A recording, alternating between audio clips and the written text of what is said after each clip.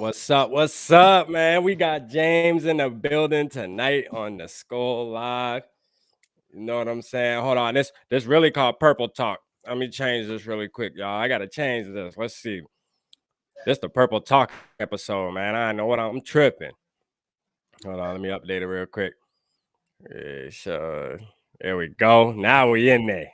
All right. Let's wait. We're gonna wait, James. Let's wait until a couple people come in. Usually it takes a second. We'll get some people in. We got 4 people in. All right, we got TJ in the building. What's up, TJ? What's up, TJ? Hi, and thanks. Give me a shout out. We give a shout out to Serg. What's up? Appreciate you tapping in. Hey, TJ talking about caught you lacking. Hey, TJ, I got my boy James in the building. We're gonna ask him some questions. We're gonna get into this Minnesota talk. You know how we do.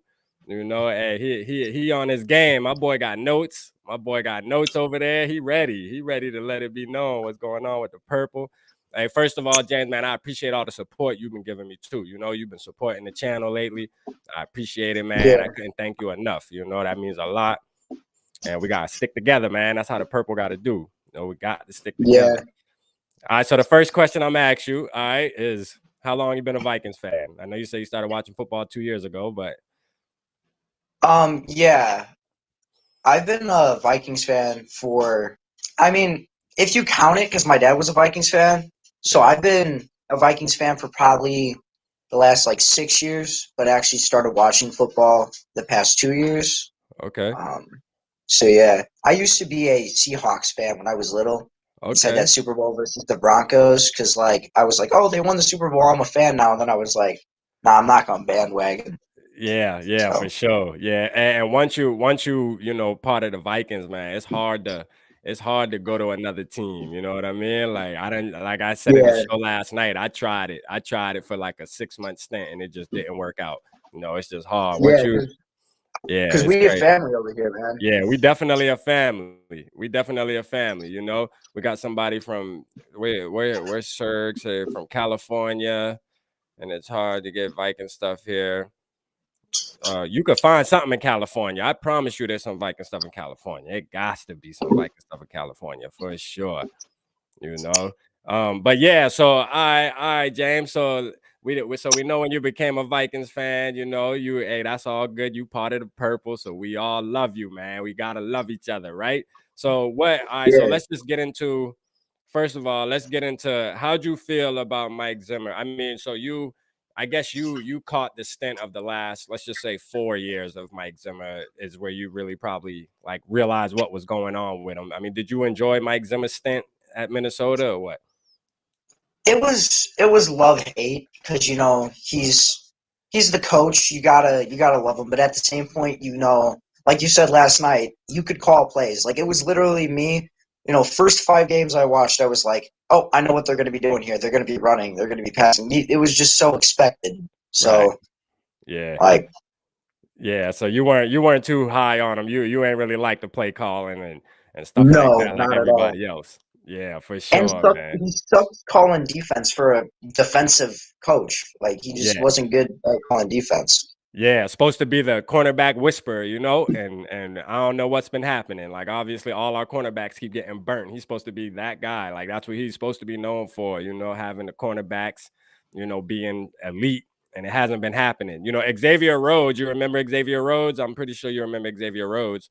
Yeah, Xavier Rhodes, he now plays for the Colts, right? Right, yep. Yeah. Yeah, like he was good, you know what I mean, at one point. And that was probably Zimmer's best cornerback that he's actually molded into somebody. But, he had a short elite stint, though. It only lasted about 2 years, and then he was done. You know what I mean? Like, it was over with. For sure. What's up, Shane? Man? Minnesota born and raised, been living in Phoenix, Arizona. Let's go. All right, so where you from, James? Are you from Minnesota, or what part of the country? No, I'm from Northwest Indiana, so okay. I'm near Chicago, but I'm also kind of near Detroit. So you have Detroit fans, you have Chicago fans. Like there's hardly any Minnesota fans around here. Like you have more Green Bay fans inside a heavily Chicago area. Oh, okay. So it's more of a Green Bay town than where you at. Yeah, it's like Green Bay mixed with Bears, but yet both of them gang up on the Vikings fan. Like, I don't get it. Yeah, yeah, that's crazy, man. You know the Bears, they can't say nothing to us anyways, man. You know, we Nah. got their card. They can't say nothing. Now Green Bay, I guess it's 50-50, but Green Bay really can't say anything to us either. You know, they can diss the Bears if they want because they do own the Bears, but we a different story. They know they can't come at us all kind of ways. You know, we definitely hold our own when we play Green Bay for sure. Yeah, me and my uncle have like a rivalry because my uncle's a Bears fan, and Okay. uh, and the other day I was like talking with him because we were at a family reunion, and it was funny because I forgot what happened, but I said that something sucked, and I went, no, it's almost as bad as the Bears suck. And then he's like, you mean the Vikings? I'm like, the Vikings beat you both times last year, so I doubt that we suck. So Exactly. Exactly. That's how you do them. That's how you do your uncle boy. You got to tell him what's going on, you know, for sure. For sure. yeah, So how'd you feel about the draft this year? Let's get into the draft. All right. So like I asked Crown last night, right? Pick 11. Who was before us? I think it was Washington. I think Washington had the 11th pick. I Washington was before us. Yeah, so then pick 12, we on the clock. I mean, what did you expect to happen, James? I mean, did you expect us to trade back? Did you know we were going to trade back or were you I did shocked? not. All I right. was shocked that we traded back in the first place. I was like, we traded back. Like, Yeah. why would we do that? And then I saw that we traded back with the Lions, and I was like, nah, this can't happen. We cannot trade back with a divisional rival because they already got Aiden Hutchinson. So Right. whoever they're going to get next is also going to be skilled. So I'm thinking like, why would we trade back with them? And then I'm like, okay, we still got an like a pretty okay pick. Let's get Trent McDuffie. Like Right. that. I forgot where he's coming out of, but he came out of Washington. he was a corner. And I was like, Mhm. we need corners. And I was like, so Trent Yeah. or McDuffie. I don't know how you say it, Yeah, but Trent McDuffie, yep. yeah. And then I was like, oh, we can get him. And then I was like, okay, well, the Chiefs picked him up. Yeah. And then I was like, I don't know who we're going to select. And then I saw we selected Lewis Sign, and I'm like, uh, safety? Like we don't need a scene. We don't need a safety. Right. And then I saw how he played, and I'm like, oh, he's a headhunter. He's going to cause fumbles. Yeah. Yeah, Like, yeah, definitely.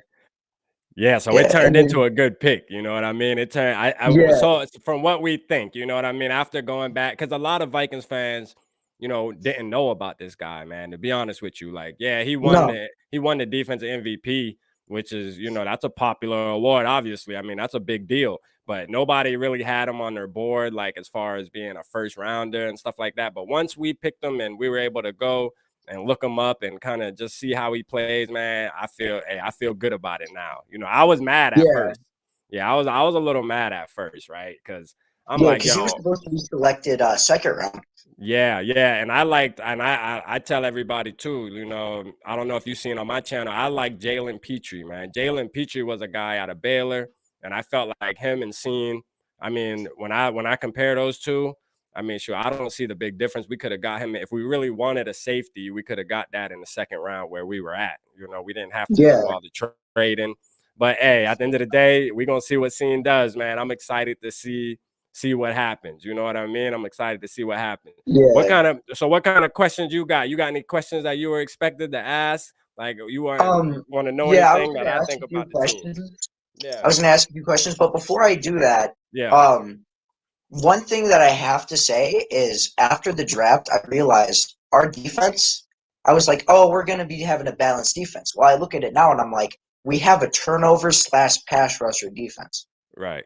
We have Harrison Smith who can cause fumbles and can intercept, and then we have Scene who can like force fumbles like a lot with how hard he hits. Then you Yeah. have Zadarius Smith who's going to be running in, Daniil Hunter who's going to be running in. Like you have all these different people that can cause fumbles, can intercept the ball. That's why I think we got Andrew Booth Jr. is because he can intercept.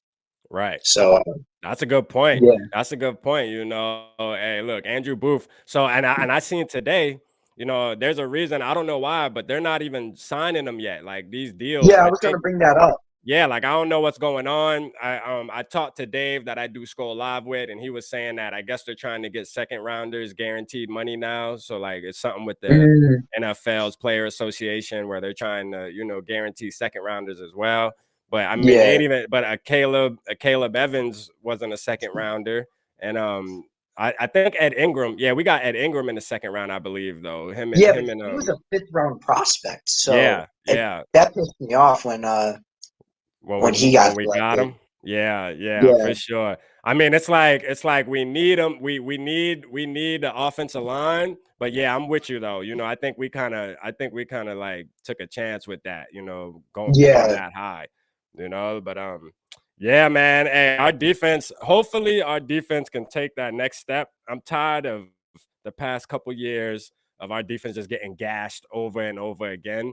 So I was actually going to do a video today. How do you feel about Linval? You remember Linval Joseph when he was on the Vikings and stuff? Yeah, you yeah. should. About he might be coming back. Yeah, yeah. You think Yeah, that's a and good that pick would or be what? exciting. That would be exciting with him coming back because, like, if we still would have kept Everson Griffin Yeah. and well, Tariq Floyd is gone because I'm pretty sure didn't he have a leg injury? Right. Yeah. Yeah. Yeah. So if let's say Sharif Floyd was still inside the league, we could get him back and have the 2018 O line. Yeah. Yeah. So That's a good point. I mean, they that are would have getting been great. older though. They are getting older. They're not getting any younger. But hey, I think they still got gas in the tank. You know what I mean? I'm Yeah. I'm gonna be honest with you. I think they got gas in the tank for sure. And Yeah. I can see Big Linval and there's no reason not to sign him, even just for depth. We need it there because we don't know what Twyman's gonna do. I mean, I know we're high on him as Vikings fans. We hope that he can come in and be kind of like an Aaron Donald. I mean, it's hard to be an Aaron Donald, obviously. That's like a once in a lifetime type defensive Yeah. lineman. But hey, they went to the same school. They kind of have the same build. You never know. Hey, our hopes are high on that. So hopefully he Mm. turns into something. Speaking of Aaron Donald, did you see that the contract extension that they gave him? No, so what they do? Yeah, incite me. What's They up? gave him a $30 million contract extension for the next 2 years. So Oh now he's wow, the highest. Yeah, he's the highest paid non-quarterback in NFL history. wow. And you know what though? He Yeah, deserves it though, because he really wrecks the yeah, game though. So I'm not mad at that. I'm yeah. He's the honestly only not reason mad at why that. they actually probably went to the Super Bowl. Really. I'm telling you, man, like he's one of those players. I just always feel like why can't the Vikings have a guy like that for 10 years? Like just somebody that's Yeah. with the purple for 10 years straight and just wrecking havoc week in and week out. It would be See, crazy. even if we had those guys, if we still had Zimmer, it wouldn't happen. Because like I'm in track, right? And I Right, learned this from track. Like when you finish in track, because I run sprints, you run all the way through. You don't slow down. right, That's what our defense does. Our defense goes and we hit hard. We're winning at the start of the game. Then third and fourth quarter, we start slowing down. We don't do as much, and right. that causes us to lose the game. Oh, you got to think all games, but besides the two of them that we won, all the games were one-score games. Yeah, yeah, Our defense could have prevented that. Our offense is great. Like there's nothing that our offense probably could have done better, exactly. Yeah. but our defense could have. Oh yeah, all the way, especially 2 minutes. Especially Yeah, especially last 2 minutes, and at half and stuff. I think we led the NFL definitely in letting teams score in the last 2 minutes of the half. I mean, teams were just able to run down there and just, get whatever they want, whether it was a touchdown or a field goal. We were definitely giving them something, and that right there lost us a lot of games. So yeah. let's get in that. So how do you feel about Kirk Cousins, man? I got to ask every Vikings fan because I know it's 50-50. Well, I would say about 60-40 actually, to be honest. But Yeah, I wrote down a note right here actually bringing up Kirk because like I have a Kirk jersey in my room, right? I love Kirk right, because okay. he's a Viking. I love Right. Kirk. He wants to spend the rest of his career at the Vikings. But like I said here, because you guys said about Huntley Okay. being our starter, and Yeah. I kind of agreed with you guys because like Huntley, he's a second quarterback. He's a second string. Doesn't probably take that much cash. He's a second string. He's not a starter. Right. He has legs on him. He can throw pretty good. He has a good arm. He has pretty good accuracy. Yeah. But what I did say was either he needs to be a backup if we do get him. He needs to be a backup for 1 to 2 years with Kirk's his salary like reconfigured because Kirk should not be being paid as much as he gets paid. Okay. All right. But if we cannot fix Kirk's contract and we get Huntley, just put Huntley immediately right there because Huntley can make explosive plays. Yeah. Yeah. Hey, I'm glad you with me on that, man. I love Huntley. There's something about him that I just like, man. It's like, damn, how'd they find this guy? I don't even remember when they drafted him. Did they draft him? Was it last year? I don't even know. I don't know. I didn't look into it, but man, I'm telling you, this guy he gives off like 5th round draft vibes. Like they got him inside the 5th round, and he's one of those explosive 5th rounders, like how KJ Osborne was. Right. And now they're gonna hold on to him. You know, they're gonna want some money, but they know other teams would be like, man, we'll take him right now. You know, and definitely they're probably gonna be like, yeah, you know, we want a second and 4th round pick for him. Yeah, definitely. And I don't blame him. You know, because he's somebody that can really help a team win right now. I feel like he can get put in right now and help a team, you know, like for sure. When Lamar Jackson wasn't playing, he played inside the place of Lamar Jackson and still won the game. Yeah.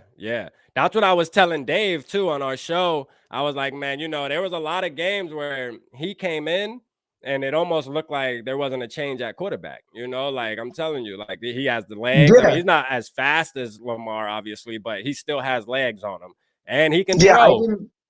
I didn't start watching that game until later in the game, and I was like, this was my first thought. I said, did Lamar Jackson change his number? Yeah, he almost looks like him on the field too. Yeah, it's crazy. Yeah, it's crazy. So it would just be great to have him with us. I mean, it wouldn't be that big of a color change from purple and black to purple and gold. I'm telling you, still exactly. Purple. Just stay in the purple, man. No big deal. You could stay in the purple. Yeah. So I mean, you've been watching, James. You know how I really feel about Kurt. Like I say, I'm gonna ride with him this year more than I've ever rode with him. Only because I do feel like this year is set up for him to have his most successful year. You know, I feel like, you know, with the new coach, the offensive-minded coach, Kevin O'Connell being a fan of his, really having his jersey in a frame and all that. I mean, just the relationship is going to make a big difference. And I think he's set up to be an MVP candidate, and I'm gonna stand by that, you know. And I don't think Kirk will be MVP. No, he might not win it, but I'm just want him to be in the conversation at least. If somebody from the Vikings won MVP, it'd probably be either most likely Justin Jefferson, or I would actually take Thielen over that. Yeah. Over Justin. Okay. Over Dalvin too? Over Dalvin too? I know Dalvin has the injuries, but you know, let's just say Dalvin stayed healthy the whole season. You know. If he stayed healthy the whole season, I would actually probably still take Thielen over him. Okay. I can't be mad at that. Thielen, my guy. Just because of the end zone, because Thielen got to the end zone 10 times. Justin Jefferson got to the end zone 10 times. They both got to the end zone the same amount of times. Right. You know, and then KJ, who I love KJ. Like KJ Osborne, he's the future for the Vikings. Like after Thielen's gone, KJ Osborne's going to be that number 2. Okay. Because KJ Osborne got to the end zone 7 times after catching 655 yards out of 50 passes and with a 13.1 yard average. Yeah. So, oh boy, you on your game, James. Boy, you throwing the stats out at me. I'm telling you, you on your game tonight. I see you. Yeah, I mean, I want to be a sports announcer when I get older, so that's what I'm going to go to college for. Oh, hey, do it too, man. You definitely already, just from how long we only been on here 20 minutes, man. We just getting started, and you already sound very intelligent and know what you're talking about, man. I'm feeling it. We having a good time right now, man. I'm digging it for sure. But I mean, yeah, man. I'd say I'm pretty good for somebody that's only been like watching for 2 years. So. Yeah, definitely, man. Hey, you know, when you love something, like you want to be a sports analyst, hey, you just be dedicated and try to practice on your craft every day, and you'll get better. Hey, you already know I'm gonna have you on here. Like I tell everybody with the Purple Talk, man, this is something that I don't want it to just be one and done. There'll be times where especially when the season starts, man, you jump back on after a game or before a game, and you know, you can get as much practice as you want on a Purple Pocket. You know what I mean? Because all Vikings fans welcome on this channel for sure. Yeah, for Yeah. sure. But yeah, so all right, so you think Thielen, you would pick Thielen over Cook even winning the MVP other than Kurt. So you think Kurt is the pretty much like it's not gonna happen at all. Like he's not even gonna be in the Well, conversation this year. it's not that it won't be in the conversation. It's just, you have Thielen, who, even though he does catch a lot of touchdowns, he doesn't catch a lot of passes, which I did the stats. I can't remember the exact numbers. I wrote it down in here somewhere. Okay. I have 9 pages in here. Okay. Go ahead with it.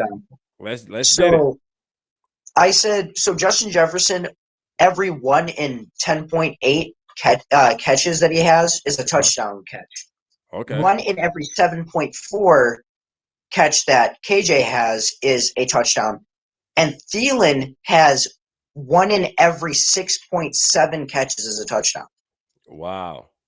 So Thielen is like that. A bunch of people have pushed Thielen over and said like, oh, he's not that good anymore. Well, Thielen's inside the top 10 now. I saw it on the NFL app.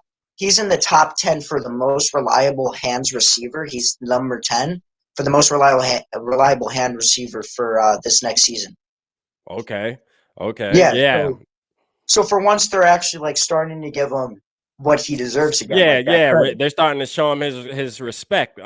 Eventually, like finally, shall I say? Finally, they're showing Thielen his respect. And I did a video on comparing him to Cooper Kupp, saying, "Hey, if Cooper Kupp can do it, if Cooper Kupp can do it, why can't Thielen do it?" I mean, it's because we don't have someone like Matthew Stafford, man. We have Kirk Cousins, who is an quarterback. He holds on to the ball for too long. Yeah. That's another big problem with Kirk. He holds on to it for too long, and it's like half the time it's the O-line's fault, but it's usually his fault for holding it too long. Yeah. And that's crazy, James, man. Like for you saying that you got a Kirk jersey, you like him, hey, you don't mind calling him out though on his flaws, and that's what I like, because you got a lot of people that they like Kirk, they just don't think he does anything wrong. I mean, you can't tell him that he's not Tom Brady times 2. No, everybody does everything wrong on the team once in a while. Yeah, but you calling it how it is, and that's what I like, because that's how I feel about Kurt too. Kurt, like I always say, he can make every single throw in football. I mean, literally, except maybe like a no look or something, because he just don't seem like that type of swaggy player. But I mean, if as far as the throws, he can make every throw on the field. I mean, I don't know what it is where his brain just holds him back, though. It's like, Kurt, just take the chance. So we were talking about that last night with Stafford. Stafford I saw that. Yeah, because he takes the risk. He doesn't take chances like, Tom Brady, Aaron Rodgers, right? Matthew Stafford. He doesn't take chances like they do, because they might throw a lot of interceptions, but the reason why, like, let's say Cooper Kupp has the stats he does is because Stafford makes those risky throws. If Kirk Cousins made those risky throws, because Justin Jefferson was the second in receiving yards this year. Right. If Kirk Cousins would have made those throws like that, I guarantee you Justin Jefferson would have been number 1 in receiving yards. And that's what I was saying. Hey, Kurt, all you would have had to do is make about 2 more throws a game. If you would have made 2 more, like, down the field throws per game, it would have been surprising. First of all, Jefferson would have led the league, like you said, and some of those out of those 2 plays per game, I feel like one of them would turn into an explosive play where it could be a home run, and it's like, I mean, come on, you got to take the chance. But I think O'Connell is going to beat that into his head and let him know, because O'Connell's coming from the Rams where he knows like it works. He knows that stuff like that works. And I think he'll be able to sit down with Kirk and tell him like, hey, listen, this is proven, man. This works. Trust me. Trust yourself. Just throw it. Yeah, throw it. I appreciate O'Connell. Like, honestly, like I was like, oh man, we got rid of Zimmer. I liked Zimmer because like me, before I started watching football, I played the Madden. So like I was like, oh, Zimmer's the coach. So I got like attached with Zimmer, like starting with Madden all the way to the season. And then I was like, we got O'Connell. And then I was like, okay, he's a quarterback coach. He can probably tell Kirk, let it go sooner. Yeah. These types of things.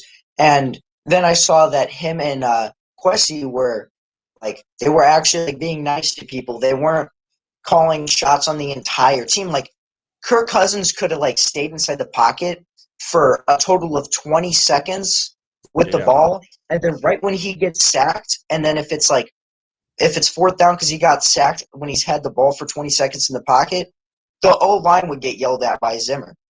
Right. Yeah, exactly. And it's not their fault. Like, it's supposed to be you have it for like 3 to 5 seconds, you release it right then because you're about to get sacked. Exactly. And he's been in the league long enough where he should know these things. You know, some things that he does, I feel like the coach shouldn't even have to tell him that. You know, like, these are grown men. You've been in the league long enough. I mean, you're not a rookie. You're not on your second year, your sophomore year. I mean, you've been in the league. You are a veteran, you know, and you're getting paid a lot of money.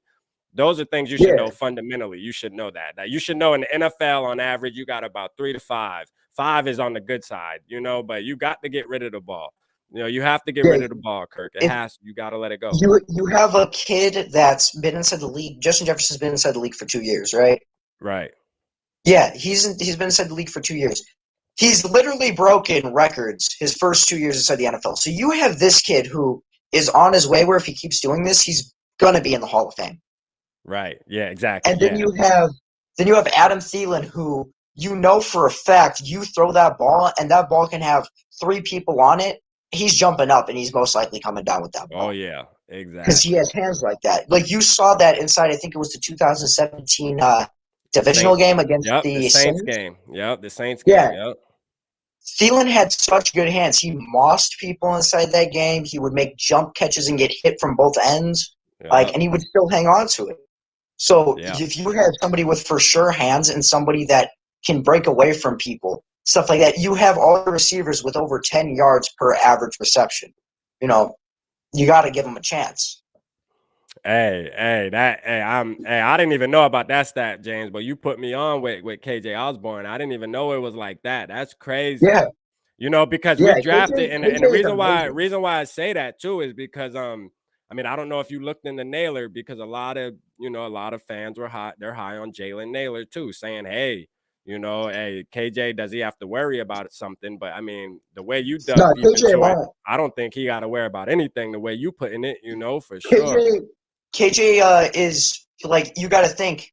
Let's think a slot receiver. You know, slot receivers they usually don't get really good numbers. KJ Osborne had 50 catches and 655 yards and 7 touchdowns. For a slot receiver, that's amazing. Yeah. Like, I think he played 2 games as wide receiver, 2 or 3 games. Yeah, he did. Yeah, when Thielen was out. Yep, you're right. Yeah, and he comes in clutch because, like, you saw that against the game against Carolina. Carolina, yeah, I was at that game too. I watched that in person. That was fun.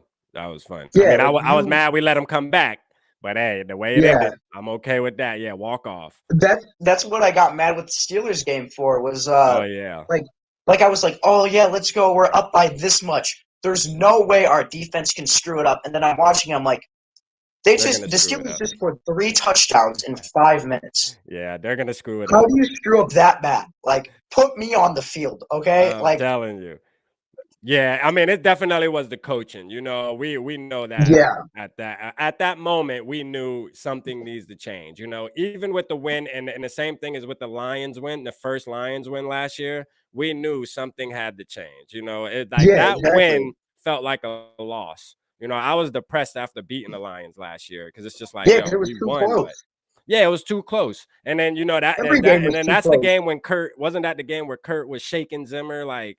When the whole thing where they were like, oh, was Zimmer mad at him when he thought he was? I think so. I think that was that game because he got him down and they kicked the field goal to win. Yeah, and I think that was that game. But it's like y'all are so hype about beating the Lions on the last second field goal. Like props to Kirk though for getting us down there in position to win the game. But it's like, yo, y'all are really like jumping around, shaking each other about that game. That felt like a loss. You know, like I mean, why are you so hyped about it? All the games felt like a loss because, like, you had all the games that we won, which were 1-score games. So it's like we could have easily came back from that, you know. Yeah. Like, we have debatably the best receiver in the league. We have Justin Jefferson, who I'm with you. The only 2 people that I would put above him last season are Devontae Adams and Cooper Kupp. I'm saying we got the best duo though. Like if you gotta pick a duo like with Thielen involved, and now that the way Yeah. you're talking, James, like with the stats like that, I mean, even if we say trio, I mean, there's not too many trios out there that can Nah, stack up with what we got. trios would be Vikings like all Yeah, day. yeah, for Duos, sure. duos, it would be Vikings. Then now it would be Raiders because of Hunter Renfro Yeah, I like Hunter Renfro. Yeah, yeah, you're and right. That Devontae. kid's nice. Yeah, he Yeah. different. Did you know that Hunter Renfro caught 85% of passes that he got passed to him? Man, it's crazy that we're talking about Hunter, right? Because it's some reason this morning before work, I seen a short with him showing like his route running. I mean, he's shaking defenders out of their Yeah. shoes. You know what I mean? Like this guy can run a route. And that's what I say. Like a lot of times it's not about the speed and stuff like that. Like, yeah, they're fast, but I mean, they're not the fastest guys on the field. They just know how to run a good route. When I as a mean, wide receiver, if you can run a route, you will get open. I'm telling you. Like, and that's what Thielen's specialty is. that's what I do because like me, like I said, I'm inside track, so like I wanted to Right. join football because I'm still in high school. Right. And I'm like, Yeah. I want to join football. And I'm like, but I'm not that fast. I only run like a 5.16 40-yard dash, you know.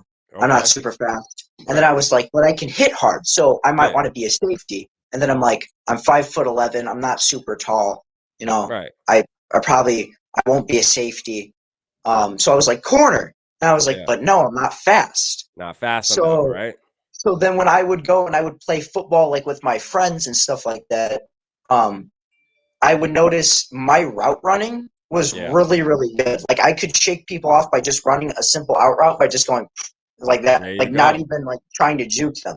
There It's you just because I go. could hit the corners really fast. Exactly. So And route running is like everything. it's all about spacing. You know, so if you can and here's another one, how much would Cole Beasley, man, Cole Beasley is he's a good one too, man. That comes out that slot too. Yeah. You know, I again, mean, another version of not the fastest guy, just knows how to run routes. I mean, Julian Edelman. I mean, we can go down the list of slot guys that like KJ Osborne as well, that can just make it happen in the slot. And you know, like you say, you should join football, man, if that's what you want to do, because yeah, just perfect your craft on route running. And so by you saying that, there's a guy on our team that's an undrafted free agent. I don't know if you've seen my video on that, Thomas Hennigan. And I like him. He runs I think he runs like a 4.7. Like that's his average 4.7, which they'll consider that a slow wide receiver. You know, he runs yeah, a 4.7, but he used to do punt returns. And when we signed Albert Wilson, I was like, why'd we go pick up Albert Wilson? Why we didn't just bring Thomas Hennigan up? You know, he played for a small school, but if you go watch his highlights, if you want to fall in love with a player, I mean, this guy plays with a chip on his shoulder. You can just tell that he has something to prove. Man, I love this kid, man. I hope this kid really gets a jersey when the season starts. There's just something about him. Same success story as Adam Thielen. I can see him working his way up the ranks. He just seems like one of those players, like once he gets his opportunity, he's not gonna let it slip away. You know, he's gonna do it. And yeah, you can make it happen, man, James, if you want to play football. Hey, all about spacing, baby. Just get them up off you, shake them yeah, off you know, for sure. yeah. I have pretty good hands too. Yeah. So Yeah, you can make yeah, it happen, man. yeah, like just like with you saying about punt returns, right? Right. So I'm gonna go back to KJ Osborne because I love KJ. Yeah. KJ, I wrote down all his stats for the three things. Like I said, I already read you his receiving stats. Right. He also had one rush attempt for 10 yards, so he can run because Okay. he has. Even though he only went once, he has 10 yards per average. Right. And Okay. then he kick returns with an average of 21.64 yards. So that's That's his from average. college? Is that from like college on, or was that just when he did it for us in 2019, I believe it That's was? for when he did it for us this year, and he's the backup. Yeah. So Okay. like he's a triple threat. If he just gets a little bit better at kick returns, he's great. Because if he can average like 23 yards, Yeah. great. He'd be the starter. He's already going to be wide receiver 3, and with rushing, they're probably going to run him on more end arounds this next season. Right. Yeah, I can see that happening. I can see that happening. Now, would you want him though? This is the only thing though, James. Would you want him to be doing all of that and being the starting, you know, third wide receiver? Because I mean, that puts a lot of risk, you know, being a kick returner, Yeah, punt on his returner. health. Yeah, because he can take a hit trying to catch a punt, and then all of a sudden now we're out of our third receiver. I think if he had the choice, he probably would just want to stay as the third receiver and say, hey, you know Yeah. what, give the job to somebody else. But if y'all need me, y'all need me, and I I'll make mean, it happen. we got Albert Wilson. He's probably going to be doing kick and punt returns. I think so too. And Yeah. we got Canadian Igwangwu. I think that's how you Yeah. say his last Yeah. name, Which right? he's going to be the Yeah. kick returner for sure. Yeah, so you're probably going to have for kick returns, if you have people like usually how they are with one person on one side of the end zone, one person on the other side of the end zone, you're going to have Albert Wilson, and then you're going to have Nigwangwu. So you're just going to have those two people. Right. So Yeah. I don't think that KJ is going to be doing the kick return, but like I'm just saying, like he's a triple threat. Yeah, you're saying like if it came down to it though, like the man knows how to do it. You know what I mean? Like he's like that. He's a fifth rounder. He's a fifth rounder. So I'd have to say out of all the fifth rounders in his draft, he was really, really good. Yeah, for sure. Yeah, I think I like him, man. I like KJ Osborne. I just wonder, like, we got a lot. That's one thing. The wide receiver room this year, man, is crazy. Like the competition, I mean, it's insane this year. When we got bringing in Jalen Naylor, then Olabisi Johnson that people forget about. I mean, obviously Thielen and Jefferson, they're gonna sit back and they know their spots are solidified. And KJ, it seems like his spot is solidified, but KJ probably has like a 70% chance. Yeah, like he still has some competition where people are on his heels trying to take his job, I mean, Dan the Man could probably take his job. Oh, man, I'm telling you, that guy there, that's another one, Dan the Man, and we tend to forget it. We have so much talent on our roster. It's crazy, like how much talent we have and people that can really go out there and make a difference. It's just bad execution with bad play calling. That's the only reason why we lost games, because like you have this offense who debatably is one of the best offenses inside the league. Like if I had to take each player right now, in like individually, and I put them all together with an overall, like how Madden would do, I would place the Vikings definitely top 10, but probably like a top 5, probably at number 5, because like we have good defensive starters, and our offense is amazing. Like, yeah, you ain't lying. But our offense needs no work at all, I don't think, other than the offensive line. We do need a guard. We need to solidify the guard. I think Darisaw, Cleveland, and obviously O'Neal. Those 3 guys right there, they're set. That's as good. We'll deal with that. But center position, Bradbury, man. I mean, he makes it hard on Kirk. He makes Kirk's job a lot harder than it needs to be. I mean, this guy. I mean, he's a perfect run blocking center though. Like he knows how to swing. Athletic. But when it comes to pass blocking, I mean, oh man. That's what I think should happen though. Is I wrote down a note, and I don't even need to read it off the note because I already know what it is. Yeah. But you know how Kirk is actually really good when he throws outside the pocket, right? Yeah.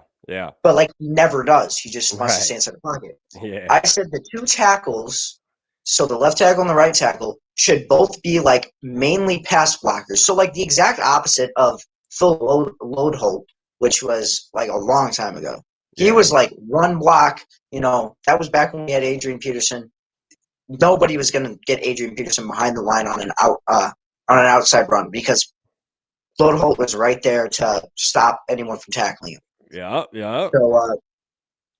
So I think that we should have pass blockers, mainly pass blockers on the outside, and then the guards we should have like more people that are like they're good at both, and then our centers should be run blocking because Cook and Madison, because Madison runs like Cook, they both like running up the middle. They don't like running out.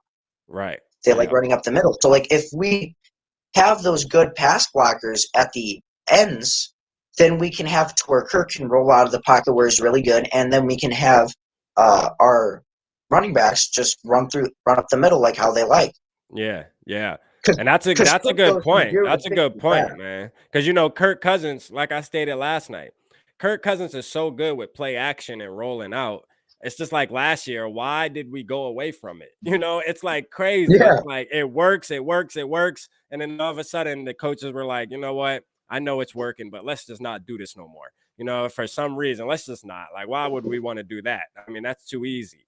You know, it's just don't make any sense, man. I just didn't get it. But you're right. And I think O'Connell's smart enough to notice that watching film from last year, like, hey, damn, why does it seem like every time Kurt rolls out the pocket and does play action, he throws a strike, you know what I mean, for a first down or down the field for a bomb to Jefferson. Like, you know what? I think we're gonna do some of that this year. Like, yeah, common sense, you know, things that Zimmer and everybody else on the staff just didn't realize, I guess, last year, which was crazy. Oh, I'm trying to find it. I don't know if you can see this, what I wrote right there. Let me try to light it up.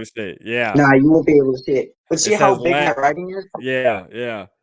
My writing says, let Cook catch. Yeah, right? Okay. Whenever Cook caught the ball, that was a good play. Like, yeah, he can catch, he can run, he can do everything, but he was only allowed to run. And that's a big reason why I hated Zimmer, is because Zimmer was like, I loved him, like I said, because he was a Vikings coach for the longest time, but I hated him because of his play calling. Like, that's like having somebody like, I don't know, wasn't Leonard Fournette, wasn't he a pretty good catcher? A pretty good receiver? He was a good catching running back. Or you could say Le'Veon Bell out of Pittsburgh. Le'Veon Bell was like kind of the one that was like really good. So he's like that, like just under that level, because I'm not going to put him with those people that are like well known for that. Right. But like he's almost there at that level. Right. But he needs more targets to be like that, because like he will probably, like, if Kirk knows when to throw the ball, Cook already showed that he can catch the ball, and Cook can probably be a super high amount of yards per catch in the NFL too. Yeah, like that Pittsburgh game, that Pittsburgh catch over the middle, man. Like that, and that was on a crucial play, you know, for him. Do you remember that? Do you remember him catching that ball when we went against Pittsburgh last year? Yeah, it was third down. I mean, he snatched that thing, man, and took a hit. So you're right, man. Cook. But the good thing is too, we're hearing news that they're lining them up at like wide receiver, like putting them down there. So hey, it's gonna happen. Hey, what we're talking about is gonna come true. You know, it's just a breath of fresh air knowing that these things are gonna come to the front, man, and we're gonna be able to see a real coach know how to use the weapons we have. Like, they got blessed. Kevin O'Connell and Kwesi got blessed with a team that's ready to go right now. You know, I know they were talking about rebuild, but no. They came in right when the rebuild was ending. Yeah. But the reason why the rebuild took this long to go was just because we didn't get the right people. You had Zimmer, who was like, we need defensive guys. We need like linebackers and defensive ends. Yeah. He would say stuff like that when we had Barr in his prime, when we had Kendricks in his prime, when we had the 2017-2018 D line, which at the time I would say is debatably the best like D line at that time. Yeah. Because like we had Everson Griffin, Daniil Hunter, both of them got off the edge real quickly, and then we had Linval Joseph, who was feared by a lot, and then we had Sharif Floyd, who would just stuff up runs. Exactly. So, like, but he was still like draft defensive lineman. We don't need him. We don't need them. We got them. We already got them. And they're doing what they're supposed to be doing. Why fix it if it's not broke? And that's what I said again. Like, why are you fixing things that aren't broke? Same thing with Kurt rolling them out or doing play action. That's like, why are you changing it up? If it's working over and over again, why say, you know what? No, let's just do a dive down the middle with Cook. You know, on third and 8. On 3rd and 8, let's hand it off. Let's turn around and give it to Cook and see if he can get us the yards. It just makes no sense. Let's see if it's Cook. And then you'd have something like that where they would get like Cook would get yelled at for not picking it up. Right. It's 3rd and 8. What do you expect him to do? Like, I'm telling you. You got to think first he has to get past these guys that are like 280 pounds, right? That are going to like immediately just want to kill him. And then he has to get past heavy hitting linebackers. And that's if the safeties don't drop forward. Right. Yeah, man. It's crazy, man. You know what, though? But this year going to be good, James, man. We going to get it rocking this year. I'm going to promise you. I feel it, man. The vibe around the organization just feels good. Like, I know you probably heard, I've been a Vikings fan since 1999, man. I've been a Vikings fan a long time, you know, and I done been through the worst. I've been through some good times, man. But it's time. This year just feels different. You know, we finally got a coach that knows how to be innovative, that knows that the league is changing, somebody that's not stuck in their ways. And if Kevin O'Connell also seems like the type of guy where if his style don't work, he'll go back into the lab and redo it and figure out what will work. He just seems like that player, that type of coach, to where Zimmer's like, hey, it's my way or no way. I got taught this when I was younger. I'm not changing it. It is what it is. It'll still work in today's game. When he was younger, and then he's like inside his 60s, and he's like, yeah, this 1980s style of offense, we're going to be doing that now inside 2020. But that's not going to work. You run on 1st and 2nd down, and then you get stuffed up behind the line. It's 3rd and 13, and then you're going to be like, if you as a quarterback cannot throw this completion, it's your fault. Yeah. No, it's your fault for setting us up terribly. Like, it was never anyone's fault but his fault. And I think with O'Connell, it's going to be where, how when a receiver drops the ball, they'll go like, my bad. Yeah. I think O'Connell, if he calls a bad play and it goes like that, he's going to go, my bad. Like, he's just going to be like, that was a terrible play call. Yeah, like that's on me. That's on me, man. I shouldn't have called that. You're right. And I was saying last night, like, I feel like he's the type of coach that's going to be running down the sidelines with Justin Jefferson and Cook, like chasing them down the sidelines when they break off for a big run or a big catch. Like he's full of energy, man. That energy means a lot. When you're around a bunch of people, I mean, the energy, that is one of the Zimmer just stood there with his arms folded. Even when we were winning, he looked like he was mad and like just didn't want to be there. Yeah, he just gave off that vibe, man. It's a bad vibe, Coaches didn't even want to go. They'll score. I mean, the players will score a touchdown. They don't even want to go high five Zimmer or nothing. It's like they just run right past them, and Zimmer just stands there with his little paper in his hand with his arms folded. It's like, because when it comes to Zimmer, it was, hey, there's a terrible play call right here. Hey, it breaks big. I get a touchdown. That was all that player. Like, it wasn't Zimmer. Like 9 times out of 10, it was not Zimmer. It was that player. Right. Like you had Diggs. You had Diggs, who was a tremendous player, which I'm glad that we got how we are now because he's not better than Justin Jefferson. Even though Diggs was great, he's not better than Justin Jefferson. But Diggs was such a talented receiver that even if Zimmer said, you know what? Throw the ball 10 feet over his head, Diggs is going to jump up and he's going to catch that ball. Right, right. Like, Diggs was, like, all skill. Just like with – I also wrote it down because I saw this on an Instagram post. And it said about Kyle Rudolph. Yeah. And it said – because Kyle Rudolph – I loved Kyle Rudolph. Yeah, me too. That's my wife's favorite player, man. She loved Kyle Rudolph. Yeah, amazing player, all right? Yeah. Amazing player. One of the best – if not the best tight end of all time the Vikings ever had. Yeah, okay. If we would not have had quarterbacks like Ponder or Bridgewater or people like that, or like the backup Castle back when Ponder played. Yeah. Rudolph would have been way better because, you can't have a really good player having a terrible quarterback throw to them while having terrible play calling. Yeah. And with his size, he's being covered by like 2 linebackers because he's so skilled. Right. You can't. It was a lose-lose for him. And then he got traded, and I don't think the only reason why he got traded was because of his age. Yeah, that's definitely the reason. Man. Rudolph brought us so many good times.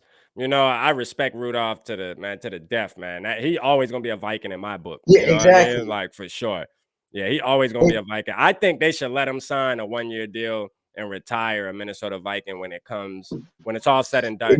And not only because he played for the Vikings, but because of everything he did in the community in Minnesota too, in Minneapolis. Like he's really that type of guy. You know what I mean? He's some other players that will be Vikings forever is Jared Allen. He'll be a Viking. Jared Allen always going to be a Viking. Yep.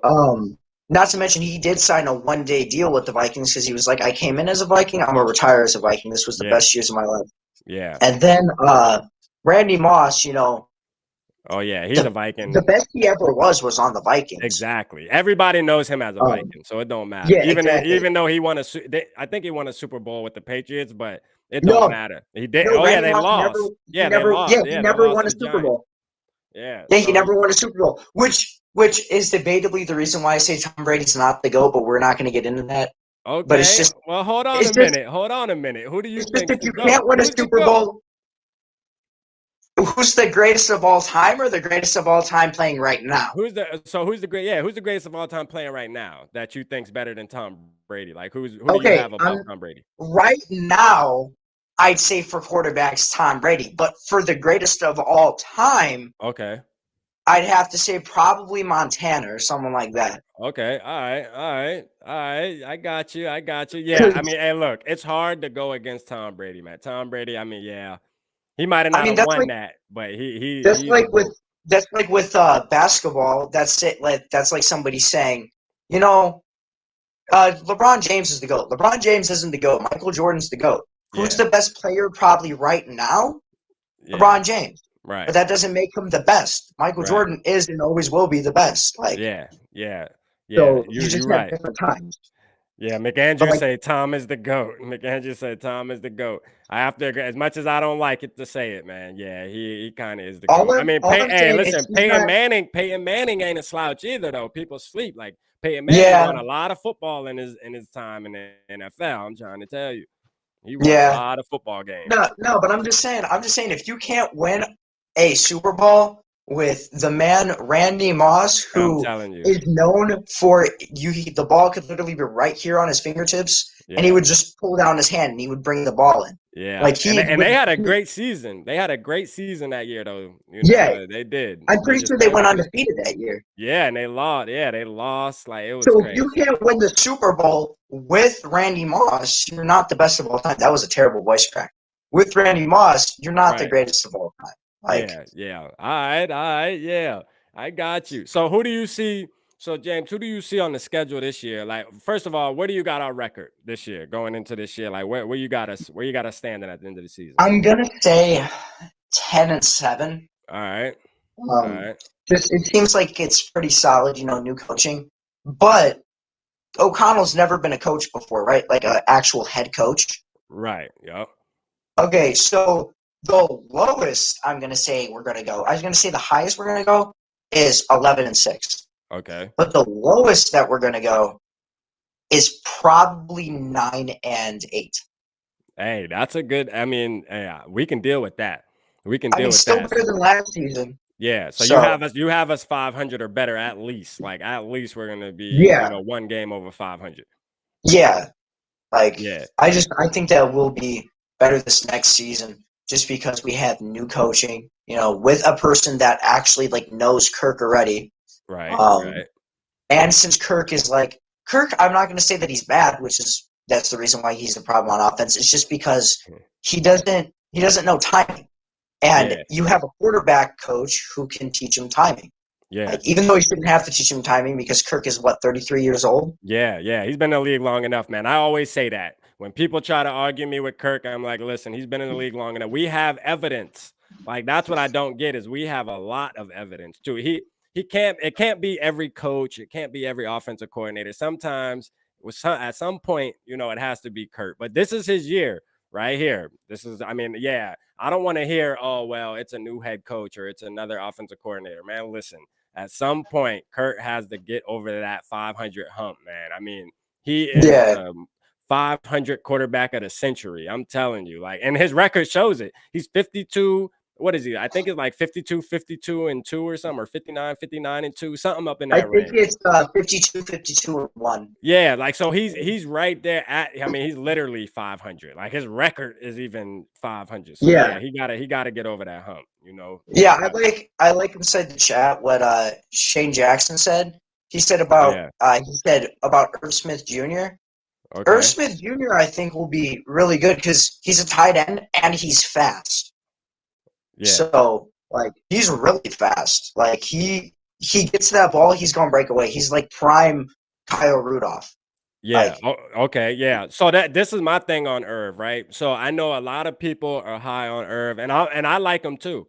I think he's really talented. Hybrid type of tight end, somebody that can really be like a wide receiver if he wanted to too. Like one of the receivers get hurt and we don't got anybody. I mean, Irv can go play on the outside and be a wide receiver. Exactly.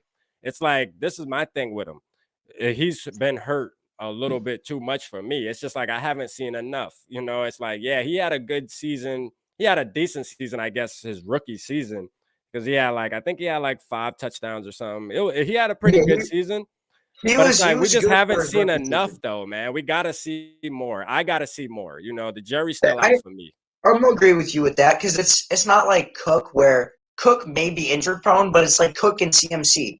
Those people, you've seen them, and when they're on the field fully healthy, like Yeah, they're amazing. The 3 people like that play currently is OBJ, yeah, Dalvin Cook, and CMC. They right. just they play amazingly when they are not injured.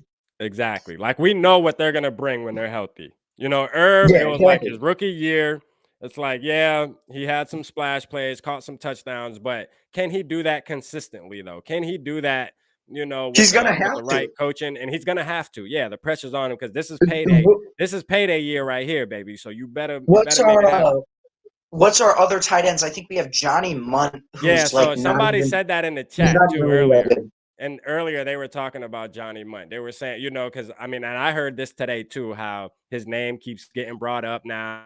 He's doing interviews at OTAs. Like, I guess he's becoming the guy that everybody's talking about. Like, I don't know if he's gonna win like Mr. Mankota or something, but I mean, they're talking about him. His name's picking up steam all of a sudden. This But guy caught we like don't have what great 10 tight ends. passes in his career. He caught like 10 passes in his career. We should not be talking about Johnny Munt being somebody that's Yeah, gonna. exactly. Like he's not that big. It's like I'm pretty sure our offense. Since we have KJ, Adam, and Jay. We just we're probably gonna be like a 4 receiver, 1 tight end, like type of offense. But Yeah, if we go like on a power, like on a play action power route, we're right. gonna want to have 3 tight ends. All I know for our tight ends is Johnny Munt and Irv Smith Jr. Those are the only tight ends I know on the team. Yeah, yeah. Well, I know we got one more too, because Nick Moose that we drafted from Oh, Nick, Carolina. yeah, the 7th rounder. Nick I almost Muse. forgot Yeah. about him. Yeah, Yeah, yeah, but we drafted him. he's all blocking though. He caught I Yeah, think yeah, 3 he passes. he is. Yeah, he honestly is. Yeah, I don't see anything happening with him, but I I mean, mean, I don't know why they signed him because he doesn't fit our scheme because our scheme is quick. Like what I see our scheme as is quick firing offense and defense that will turn over the ball immediately. right. Yeah. So Now I what don't I know what why I we even can have a say, blocker. though, like what we seen from Tyler Higbee watching the Rams last year, what I can say is if Irv does stay healthy, I mean, hey, he's in for a big season, and I think he Yeah, knows that. I think he knows that. Like, hey, look, O'Connell, we gonna and Kurt naturally just loves the tight end. He loves the yeah, tight end. So exactly. I mean, just naturally him being out there, he's gonna get the ball. Because Kurt Yeah, exactly. always loves throwing to the tight end. I don't care. And the fullback. But I said this year, we were watching the OTAs yesterday, James, before the live started. And then in one of the OTA like highlight videos, Kirk Cousins was like throwing it to CJ Ham. And I was like, listen, I don't care if it's OTAs or not. Do not throw the ball to CJ Ham. I don't care if it's during practice or none of that. I love CJ Ham as a player. I hope he stays as a Viking, but there's no reason why we should be game planning around CJ Ham. CJ Nah, Ham should not be catching passes down the field. did you Like, see that one catch that CJ Ham had that one day where he jumped yeah, up over that defender and caught that? yeah. Like, but Like CJ that? Ham was surprised he got the ball. That he was like, Yeah, "Yo, that you man threw is me the ball." skilled. I'm That man is telling you. skilled, and we have another fullback. We have 2 fullbacks right now. Yeah, yeah, I'm. I don't know why we don't need 2 fullbacks. We have Ham. Ham, like I don't think he's ever gotten injured. And if he does get injured, just we have 5 tight ends. We can just move a tight end to that position, exactly, like until he gets exactly. better. It's just Yeah, he said, it's hopefully Irv found a better fitness instructor. Yeah, for real, because we yeah. need him, man. We counting on him. Hopefully he doesn't get injured. I mean, What's I up, don't want our Dave? season to turn out Dave, like you the missed it. 49ers. Dave, you missed it, boy. I'm telling you, James. Hey, Dave, I'm telling you right now, James is on his game. You hear me? This man got notes breaking down, KJ Osborne, Adam Thielen on why we got the best trio of wide receivers, and he's stating facts. I mean, he's letting it be known why we got the best trio, duo, whatever you want to call it, and he's really high on KJ. That's his boy. So since you entered kind of late, Dave. Yeah, KJ James Love, KJ Osborne, and I'm with him, man. I'm rocking with him for sure. He convinced me for sure, man. So yeah, but yeah, though, man, that's crazy. That's crazy. So yeah, as long as Irv stay healthy, like because Shane's saying right here, Conklin. I mean, Conklin capitalized off last year, being able to get paid, go to the Jets, and I know for sure I have to say that Irv is better than Conklin. I mean, he has to be better than Conklin. Irv is better than Conklin. Conklin might have been able to block a little bit better. Yeah. But when it comes to, like I said, with this like game plan, which is probably going to be quick firing, it's Conklin's not going to be able to be Irv Smith Jr.'s level with catching and running. Like that's all Irv right there. Yeah, for sure. Yeah, so we have we have free agents, right? Okay. Apparently, Odell Beckham Jr., J.C. Treader, I forgot how to say his last name, but you know Sue. He's a defensive tackle. Adamakin Sue. Yep. Yeah. Gronk and Julio are all free agents. Yeah. And I'm looking at that, I'm like, Gronk, that would give us pretty good tight end, but I'm going to just say this is my opinion. Yeah. Gronk is not as good as he was on the Patriots. No, he ain't. Like nowhere near as good. He drops more passes. He lets people get by him. It's just he's not as good. Right. Julio though, like J.C. Treader, number one, J.C. Treader, our O-line would be amazing with him. Thank you. Thank you. But Julio, I feel like because you have Justin Jefferson, who, like I said, is probably going to be, if he keeps on at it like this, he's going to be a Hall of Famer. You have Julio, who is most definitely, like has like a 99% chance of being in that Hall of Fame. Yeah. Like being inside the Hall of Fame. So you have this dude who's most likely going to be inside the Hall of Fame, and they're talking to a kid that's probably going to be in the Hall of Fame if he keeps on going at this rate. And if you have somebody that's one of the all-time greats, that's going to bring so much confidence in there. Yeah, yeah. Because you already have Patrick Peterson for the defense, I feel like is such a great motivator because you have this dude that was selected inside the first round, I think pick 11 or pick 9 or something. Right. And he was amazing. Now he's not as good as he used to be, definitely not. But he's still such a motivator for the team. But it's just I don't think motivators should get big checks. No. Yeah, I'm with you. Because even though Julio would get Justin Jefferson, everybody like that to push just a little bit harder, giving them probably $11 million, which is what we have left, that's not worth it. No, it's not. And then Odell, he's just injury prone. I don't think that he's worth it. Gronk, he's probably going to retire. Sue, he's getting older. Yeah. Yeah. So out of that whole list, who's the guy? J.C. Treader. J.C. Treader. That's the one that makes the most sense. We have to bring him in. I don't understand. Now, I don't know if it's something that he's just holding out and he's just like, you know what, I'm going to sit back and wait to the last minute and then I'll pick a team if I want to play. Because I heard he was kind of on the fence of maybe just calling it quits. And I also heard that he's part of the Players Association, like he's like the president or something. And I guess they look at that as kind of being sticky in the locker room, like, oh, this guy's kind of like I don't know, I guess the commissioner pet or something because he has that title on him. But I don't care. We trying to win. I don't care about all the outside stuff. We need a center, and Bradbury cannot be the guy. If we get J.C. Treader, we will be solidified. His leadership alone. Besides the right tackle, we would be set. And the right tackle, we have Brian O'Neill as the right tackle, right? Yeah. Yeah, so we're set probably for next season.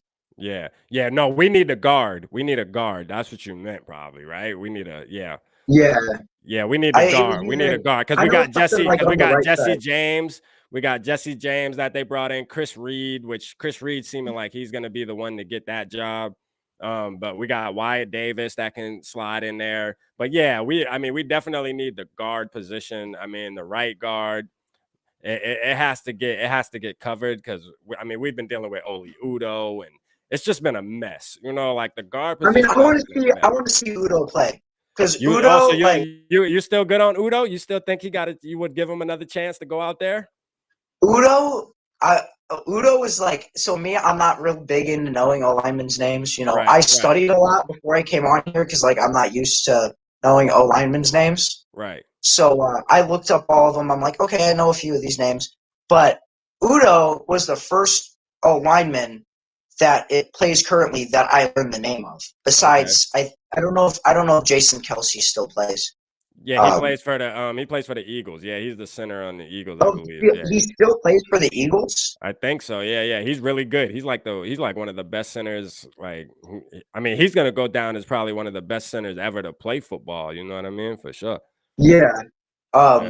So like Jason Kelsey, of course, that was the first person I knew just because of me playing Madden. Like, is that who you're talking? I think that's who you're talking about. I think he's like the Eagles. Yeah, he's like a Pro Bowler and stuff. Yeah, is that who you're talking about? Yeah, he's an Eagles center. Yeah. But then you have Brian Udo, who I learned about him. Yeah. But what I am gonna say, and I don't know if you're gonna kill me for this, but I have a weird suspicion that Dave will want to kill me for this. I don't know why. Yeah. Dave's on here too. Dave's watching you. Dave's watching you, James. Come on now. Dave's on there. But I think Danielle Hunter might have to go. Oh, wow. Really? I love Danielle Hunter. Whenever I play as him in Madden, I always play as him. You know he's the X Factor. Yeah, get him like the X Factor every game. Like, yeah. I love Danielle Hunter. Probably right now that I've seen play, probably besides Eric Hendricks and Harrison Smith, my favorite defensive player on the team. Okay. But his contract was so big that we had to reconstructure Thielen's contract. Yeah. Because Thielen's loved the Vikings his entire life. He's always been a Vikings fan. Right. So that's why he's going to always be a Viking. Even if the Vikings want to trade him, they'll be like, all right, we're trading you. And he's going to be like, I retire. Because he loves the Vikings. Right. That's the only reason why you redid it. If it would have been another receiver, they would have been just like, no, I don't want to reconstruct my contract to go lower. That way you can pay for this other dude. Right. Yeah. What happened with Thielen's a team player for sure. And you got a good point too. Yeah. Like Thielen's like, listen, Thielen seems like the type of guy where he's like, man, listen, I want to play football, but I want to make sure I'm playing football for the Minnesota Vikings. That's it. Yeah. That's, so yeah, that's a good point, but it's crazy how you say Danielle. Listen, James, players like Danielle Hunter don't come, a dime. They don't come all the time. These are players that take a minute to get. Because if you think about it, if we get rid of Hunter right now, what's the state of our defensive line? Because we're thinking that Danielle Hunter is going to stay healthy. Right now, we're just going to speak that he's going to be healthy the whole season. I'm not even gonna lie. We don't have ends. Yeah, we really don't. We have right now. If Danielle Hunter can redo his contract, and I'm glad that Knowledge is on because Knowledge, Knowledge and Crown Jewels, two of my favorite fans of yours. Yeah, they always tapped in, man. They always tapped in for sure. Yeah, but if we can reconstructure his contract, it'll be amazing because you have Zadarius Smith and Danielle Hunter. Two great pass rushers going to be getting sacks. At least both of them are going to at least get one sack per game. Yeah, I can see it. If both of them stay fully healthy, because like you said, we cannot have Zadarius Smith sleeping uncomfortably. Right. We have to have these guys grade A. Yeah, we do, and we have to. I mean, these pickups, especially Zadarius, because this is a pickup. That's our biggest pickup in the offseason. That when I look at it, if you look at the whole scheme of things, I mean, he is the one, and that's probably how the front office feels. Quesse and them, like, hey, this is our golden ticket. We got Zadarius. This is our power move for this offseason to really stamp the season. And for him to wake up already with a back tweak, it's like, yo, that means there's something that can happen at any given moment, if you ask me. That's something that can happen, right before a playoff game or right before a game that, hey, we either got to win or go home right here. It's either win, or if we lose, we're out of the playoffs. And we cannot have things like, because that's the Vikings' luck. That's what would happen. That's exactly what would happen. He would be on the injury report on Thursday because he's wrong. And we cannot have that. This guy has to play. I'm going to be nice. I'm going to say we need Zadarius at least 14 out of the 17 games. At least 14.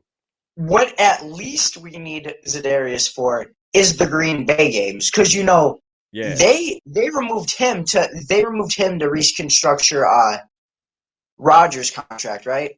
Right. Yeah. Yeah. So he's gonna be. I think that's the biggest reason why he signed with the Vikings, because he saw that the Vikings are getting real good, and he's like, the Vikings are getting real good. I want to be able to beat Green Bay twice every year. I want to come back. I want to get revenge on them. So if we have him for those games, personally, me, I'm like, oh, we might lose the first game, and then now that I think about it, I'm like, we have Smith. Smith is going to want revenge because he's been so good. He's going to wreck shop that game. I'm telling you. Yeah, he's been so good for so long, and they got rid of him so they could restructure Aaron Rodgers' contract, who doesn't even want to be there. Yeah. So yeah. I'm telling you right now, when Zadarius is out there right now and when they start training camp, I mean, when he's lifting weights, I feel like he just has a picture of like Aaron Rodgers up on the ceiling while he's bench pressing and stuff. Like that is gonna be who he's going after week 1. I mean, if he don't play any game, he's like, I'm playing week 1. Yeah, he's playing week 1. He going after him. I'm telling you. I wouldn't be surprised if he got the I wouldn't be surprised if Smith got the sack record for a single game inside week 1. Yeah, knowledge is saying he got Smith getting 2 sacks week 1. Book it. Hey, that's a hell of a game too, because he's gonna get some tackles mixed in there, some tackles for losses. Yeah, because at the end of the day, he just knows how to play football. Like he knows how to play his position of football. As long as he's out there, we know he gonna make noise. That's just fact. He might take that he might take the leader spot on the defense. Now they have a team captain on the defense. Yeah, I'm pretty sure that's Kendrick's spot right now. They might take it away from Kendricks and give it to Smith. Yeah, they might. Kendrick seems like the type of guy where he wouldn't mind, even though I feel like Kendricks, is a leader, though. I feel like Kendricks is a good leader, but I don't think he likes to be like front and center, though, anyways. Kendrick gives punishment when somebody does something bad. Like I remember Barr did something wrong. I forgot what it was, and I forgot what week it was, but Barr did something wrong. Yeah. And Kendricks grabbed him, and Kendricks started shaking him, and he pushed him. Like he shook him and then he pushed him. And I was like, Kendricks is pissed. I have not seen Kendricks that bad before. Yeah. He don't seem like the type that gets mad, but you're right though. Yeah, I could see it happening. I didn't catch that, but I can see it happening for sure. Definitely. When you're out there and emotions are flowing, hey, look, one person that's real quiet is Harrison, though. Like I see Harrison Smith, like he'll throw his hands up or something and maybe point at something, but he don't seem like the type that like gets up in players' face and like tells them where to go. A great mentor though, and somebody who can, let the younger people know how to line up. That's who Scene's learning from, man. Yeah, I know. Scene is probably gonna cause I'm gonna say 3 injuries this year. Yeah. All right. So I called it, man. I think we did a video. I think this was me and Dave's maybe first live where we did our second where we did our predictions on the season. And I said that Lewis Cine is gonna have at least 3 interceptions, 2 forced fumbles. As a rookie, that's a good year. That means he's gonna be in the conversation for rookie in the year. What do you mean? That's not a good year, man. Yeah. That's a great year. Yeah. So I can see it happening, man. Because he's smart. Man, once I started the man knows his play. Yeah, the man knows like you said, he was counting, he was looking, he was pointing out stuff on the field, right, everything like that. For sure that he's going to be a starter. He's learning from Harrison Smith, who is one of the best safeties of all time. Exactly. I'm pretty sure that they're comparing Scene. They're saying how he if he plays in the NFL, how he played in college, he's going to be like Sean Taylor. Yeah, for sure. that's a hell of a thing to be compared to, because I'm if you telling you, Sean them some Taylor, shoes to fill, boy. Yeah, yeah, man. Sean Taylor, best of all time, and then if you're going to be like, yeah, he's going to be as good as Sean Taylor, it's like, okay, so you're I saying can't that, wait. yeah, you're saying that he's gonna actually like kill people on the field. Yeah, So that's like what happened. I can't wait for this, because like Yeah, we have a man. turnover defense, and like even if like I play defense, I like to pick off the ball. Like if I played football with my friends, I like to pick off that ball. Yeah, So I love players like Lewis Cine. I love players like uh, I forget, why can't I think of his name now? He's our second pick. Andrew Booth Um, Jr. Yeah, yeah, Andrew Andrew Booth. Booth Jr. The Yeah, man, I'm pretty sure his senior year he only defensed 5 passes, 3 of which were interceptions. One was a pass breakup. The other one was a like just an incompletion. yeah, Like like a turnover guy. Like that's what we're going for. yeah. And that's Dave. You know, Dave is real high on Andrew Booth. I mean, he loves Andrew Booth. That's his guy right there. I'm But telling yeah, you because right he's now. awesome. Yeah. Andrew Booth's awesome, man. Yeah, I Um, like him too. He's a headhunter too. That's the thing we were talking about last yeah, night. Like he's not afraid to throw his body on the line and lay the hat, you know? So, hey, yeah, like that. Like literally, this he's he has a mix of like he has like it's so if you were gonna put like in dogs, he has a dog like his dog breeds would be like pit bulls, which are like linebackers. Like right. he hits like a linebacker Yeah. slash safety. He runs like a corner, and he can intercept like a safety. Man, like Right. this man, you saw him with that turning one-handed interception. The Odell You know, Beckham, like the Odell Beckham, but on yeah, defense. Yeah, some receivers can't even make that catch. I'm telling Like you. so, this man is really skilled. Um, like you see, and I know that you love Eric Barr. Like I know Um, that. what are you talking? Eric, hold on, you talking about Anthony Barr?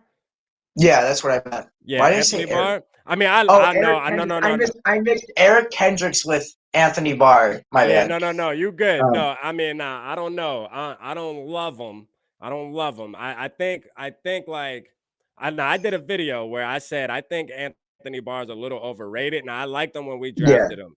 You know, when we drafted him, he was like the prototypical. He was like the new style of yeah, big, he was. cocky, you know, Yeah, fast. That's just gonna be laying things down. Like that's when he like was Patrick literally the first of Willis's. this new generation Yeah, of exactly. linebackers. Like he was supposed to set the tempo for this new generation of linebackers, and I just feel like they were doing too many stats on well when he's on the field, the percentage of this and this not happening is that's why he's so good. No, I'm not seeing no fumbles being caused. I'm not seeing no interceptions. I'm Yeah, not seeing tackles. I don't care about all that other percentage stuff, but that was Zimmer's pride and joy because that was Zimmer's first draft pick ever. So he loved which Barr to the which death.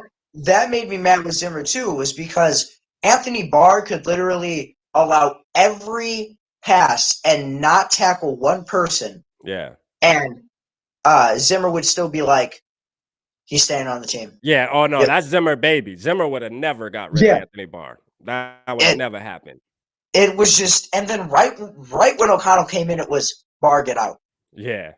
And then Yeah, at for first I sure. was like, Barr, why would you get rid of Barr? And then I'm like, oh, now I remember. Barr screwed up a lot. He's in age, Yeah. like he's Yeah. past his prime in age. Yeah, he So is. Now I gotta say, now last year, like when we were talking about, there was certain games like the San Fran game and the Ravens game. He really stood out last year. Like if he could have played like that consistently, like he played in those two games, then he would have made a name for himself, and he would have already been signed with another team right now because like he's a free yeah, agent, and like teams aren't even. I know Dallas like reached out to him, but teams aren't even like it ain't like teams are lining up like, oh, we need Anthony Barr. I mean, yeah, he can. exactly. They're not even reaching out to him to be some depth on And a team right and now. that shocks me, because like Yeah, that shocks me too, though. That does shock me. even though I'm like Anthony Barr, he's overrated. Yeah, He's a little bit better than your average linebacker. he is. Yeah, Um, why aren't teams picking him up? yeah. Because I like, don't 'cause, like understand this why. this is a question for you. If you were the head coach and you still have 3 rookies to sign, so you have Andrew Booth, Caleb Evans, and I think it's either Vidarian Lowe or what's his name? I wrote down his name somewhere in here. Where is he? Why can I not find it? This is what happens when you have 9 pages of notes. Um, where is it? Okay, it's Ed Ingram. That's who it was. Oh, Ed So Ingram. we still have to sign. Yeah, we still have to sign Ed Ingram, Andrew Booth Jr., and Caleb Evans. Right. With that, $11 million. Would you sign Anthony Barr back to the team if you were the head coach? No, I wouldn't. Okay, good. Because I'm like he could go for a couple $1 million. Yeah.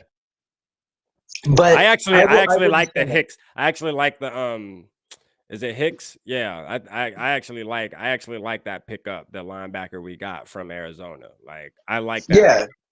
I think he's gonna be able to go in there. He knows how to run sideline to sideline, and he's fast. Yeah. He gonna be making plays. He's the type Like of he's that linebacker safety type, man. Yeah. He's that linebacker safety type. He can literally run across the field like a safety and call plays like a safety. So he can literally call stuff out like a safety will.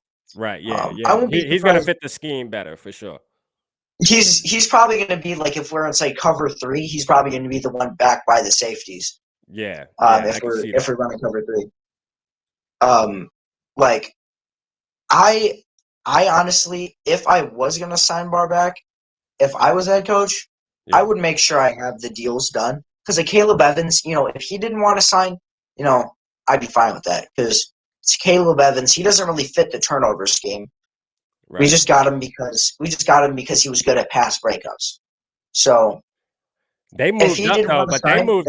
I think they moved up to get him though, which is crazy though. No. What we did was we traded with Green Bay, and I'm pretty sure we got that pick from Green Bay. Oh, okay. And then then we were just like, okay, because Green Bay was like, we got the 32nd pick from the Lions, and then we went inside the second round, and then we traded with a few people.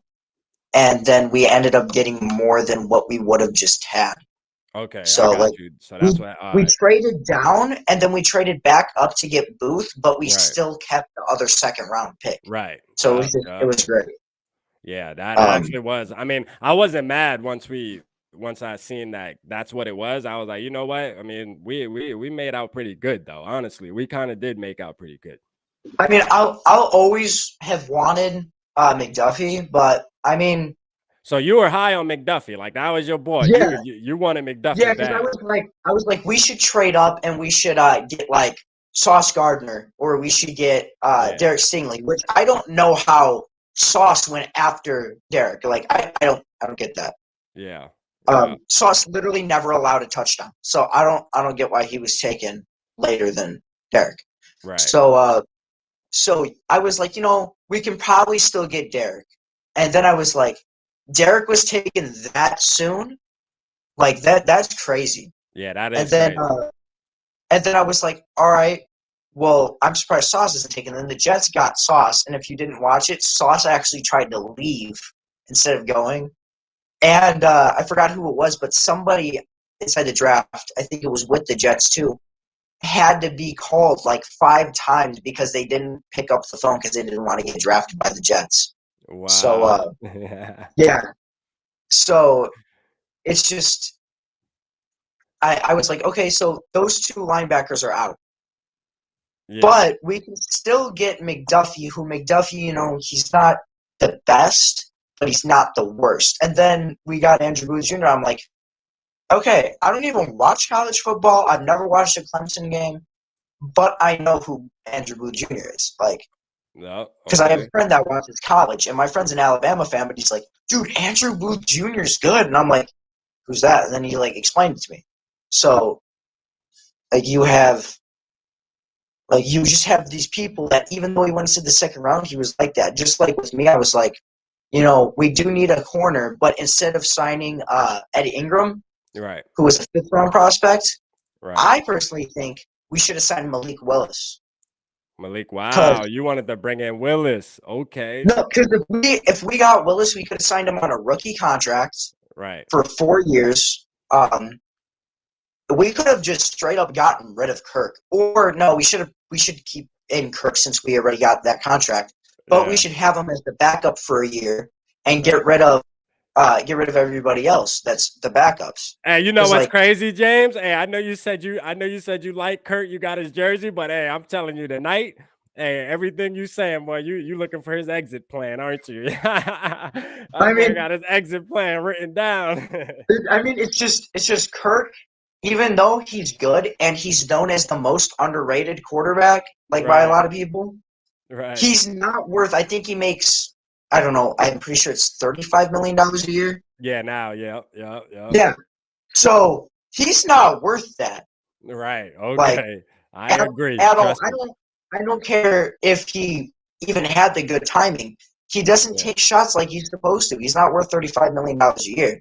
If we reconstructed his contract and he lowered his contract to probably like, I don't know, at least like $15-20 million a year. Yeah. Quarterback number one, because we can still have other people on the team. Hey, you said you like James, Dave. Dave, you said you like James. Don't start. He likes Kirk Cousins. He likes Kirk Cousins. He's just speaking facts, Dave. Don't get mad. It is what it is. No, Dave, I like Kirk Cousins a lot, right? Yeah. I love Kirk Cousins. He's got a special place in my heart. But you got to have somebody that can throw the ball when they need to throw the ball, somebody that can take shots when they take shots. He threw the third least amount of interceptions. But like I already said on this podcast today, that if Kirk would have taken more shots deep down the field, Justin Jefferson would have had the most yards this season. Yeah. So Kirk should have taken more shots. I mean, I love Kirk, but Kirk needs to learn how to play better as a quarterback because he has an arm, he has the accuracy, and he has the receivers. No doubt about it. Right. Yeah. So, hey, Shane, Shane, don't let Shane get on you. Don't let Shane get on you, James, boy. Hey, he started making up names. He started making up names and following you on Twitter and stuff and calling us he'll start calling you Baby Judd or something. He called me I'm Mackie Jr., man. That's what they said. Because we realistic. See, don't worry about what they say, James. I got your back, man. Hey, I'm with you. Just because he's a Viking doesn't mean he doesn't screw up. I'm with you. I don't care what they talk about, man. He is who he is. It's just the facts. And we're going to see this year, and we're going to see what happens, but we're going to ride with him this year, man. Me and you both, James. We're going to ride with Kurt. We're going to see what he do. Like I keep saying, I think he can be in the conversation as, an MVP. You don't feel the same about that as me, but I do feel like he can be in the conversation. I think he'll be a candidate, but I think that he'll be a candidate, but I don't think that he'll be like the actual MVP. Like, what I mean? I don't think so either. I just think he'll be like talked about a lot though. Like he'll be like every time they talk about MVPs, like Kurt's name is gonna come up though for sure, and that's good enough. That's good, because that's going to mean our team's winning too, which we need. We definitely have to be winning for sure. Yeah, like we can win a Super Bowl with Kirk, 100%. Like, yeah, oh yeah. But he just has to learn his timing better. Like I don't know. Like here, let's see. Oh yeah. See, what are your thoughts on DK Metcalf? Right. Well, what are your thoughts on DK? All right, so DK. I mean. Like DK Metcalf, I love DK Metcalf. DK Metcalf is a receiver. Like that, he fast. He has hands. I would take DK Metcalf if we had a chance. But DK had 6 drops though. He had 6. Okay, so you got some stats written down there, Jane. You did your homework. All right, so tell me what's wrong with DK though. Like what? Tell me what's wrong. DK is just like he's overrated. Like I'm just gonna put it up there right now, or at least around Crown Point, he's overrated because that's where I go. I go to Crown Point. So he's overrated over here, and this is what I mean by overrated. I mean people would rather have him on the team. And they say that he has better hands than Adam Thielen. I met my one friend. My one friend. Well, you got to take with a grain of salt. He's a Seahawks fan, but he said that he would rather take DK Metcalf over Justin Jefferson. Oh no, he tripped. And I'm like, there's no way. Like if you were gonna say like, hey, prime Lockett over Thielen, I'm gonna be like, okay, because like personally, me, I think Lockett is better than DK because Lockett can actually catch better. Yeah. I compare Lockett to Thielen. Like if I'm going like that, I compare Lockett to Thielen because they just have that same play type. Okay. But I just think DK is overrated because, like, honestly, I think DK and OBJ are both like OBJ is not like really overrated. He's kind of overrated though. He's a little overrated. He's viewed as this receiver that's so super great, but he's not really. Like people are saying, "Oh yeah, he had the best rookie season." Justin Jefferson broke his rookie season records. Right, easy. Like it's not. And then with his second year, with OBJ's second year, Justin Jefferson also broke OBJ's second year records. Yep. So yeah, like I mean, I think OBJ is also like pretty overrated. I mean, I would still take OBJ on the team. Don't get me wrong. But DK is TO 2.0. Yeah, I mean, hey, DK Metcalf, he good, but he ain't better than Jefferson though. That's a fact now. Like, he is not better than Jefferson. No, I'm not gonna say that he's TO. Like TO, I'm gonna say that he's more like Calvin Johnson. Yeah. I say Calvin Johnson and DK are more like each other. Except Calvin Johnson could like, if I'm gonna be real right here, if I'm gonna have to say the most talented, not the best wide receiver of all time, but most talented of all time, yeah, it would have to be Calvin Johnson. Like, yeah, I mean, hey, that's debate. That's you can actually hold that argument with anybody when it comes down to it. Yeah, I mean, because he was one of those type of guys. Like, you threw the ball in his vicinity, I mean, he was catching it. I mean, he had speed, he had the jumps, he had everything, power. He was like, I mean, he just was like a different type of receiver. And that's what Metcalf kind of is, but not even close to Calvin. I don't know if he's even close to Calvin. Like skill set though. Like just like what makes me sad with like the history of the Vikings is the Vikings were 2 years apart of having Randy Moss and Adrian Peterson on the same team at the same time. Yeah, that would have been crazy. If you would have had the best wide receiver at that time and like a running back that literally like broke off the line, broke 3 tackles, and then ran for a huge amount of yards, it's amazing. Like if we would have got that, Super Bowl runners, if not Super Bowl winners that year. Yeah. Like honestly. So let me ask you this, James. Like when the Minnesota Miracle, man, where were you that night? Like how'd you happen to witness that going on? Or did you witness it? I did not witness that because I started watching football like mainly. Oh yeah, because you said 2 years ago, right? 2 years. Yeah. I know a lot of players because I watch old film. I literally I would watch videos of back when Brett Favre was the quarterback for the Vikings. Yeah, you're doing your homework. You're doing your homework, man. That's what's up. Yeah, so I remember just watching it and I was like, oh, the Minneapolis Miracle. And even though I didn't watch it live and I knew, the Vikings, they got absolutely destroyed in the conference round against the Eagles. Right. I was like, that catch was amazing. Every single time I watch it, I get goosebumps. Yeah. But it only works whenever Joe Buck commentates it. I don't know why, just because Joe Buck, I think he just had that emotion. Yeah. Yeah.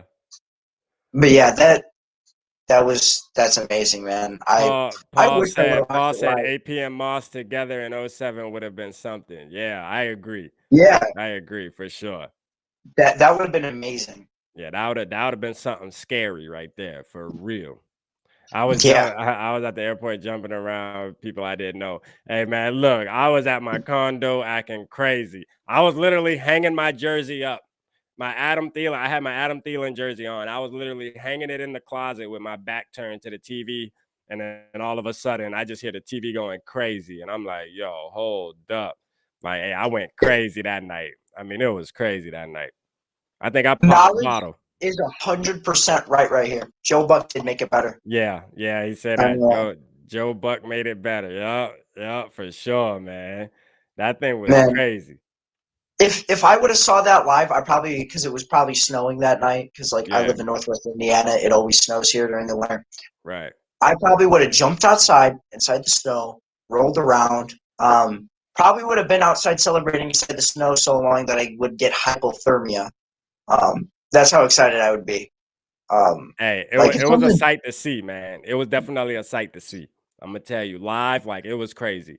Like yeah, you almost won't see nothing like it again. The way it happened. I mean, it was just one of those things where Diggs came down with the ball live. If you're watching it live, Diggs came down with the ball and just had to. It took a millisecond for him to realize, like, yo, hold up, like nobody is around me or in front of me. Are you crazy right now? And then he looked behind him. And he's like, nobody's within like 20 yards of me. Let's go. And he's like, I won the game. And then you saw that he was worked up because afterwards he cried with tears of joy. He's like, I mean, that helmet throw is gonna be legendary. And what's crazy is KJ Osborne kind of like last year at the Carolina game, what we were talking about when he had the walk-off touchdown, he kind of like reenacted it in a way. Like he took his helmet off and like slung it back. That's exactly what Diggs did during the Minnesota Miracle. It was crazy, man. KJ Osborne like took his helmet off and slung it after the I remember that after the game winner, and then he just was like,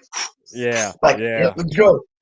That's when KJ got his name out. I like what Shane Jackson said here. He said, I was acting like Everson Griffin. Have you ever seen what Everson Griffin was acting like? He was sitting there like, what's going on? He was like, what just happened? And then he got snapped out of it when Linval Joseph just walked up and just started shaking him, popping him up and down. He's like, what just happened? Yeah. He didn't know what was going on, man. He was in shock. You know, he was in total shock when that happened. If I was right there, right then, actually on the team, man, I'd be in shock. I wouldn't even be celebrating. I'd probably pass out. Yeah, so speaking of Diggs, man, I appreciate what Diggs did for the Minnesota Vikings, but that was a prime example of, game planning going wrong, coaches not wanting to change. And this man was like, you know what? I can't do this no more, man. I'm out of there. Like, get me up out of here. I cannot do this no more, man. And I know part of it was Kirk Cousins, and part of it was, Zimmer, and just everything that was happening. He just was not feeling the 1995 play style, man. And he was like, you know what? I'm going to Buffalo, where I know they up to speed.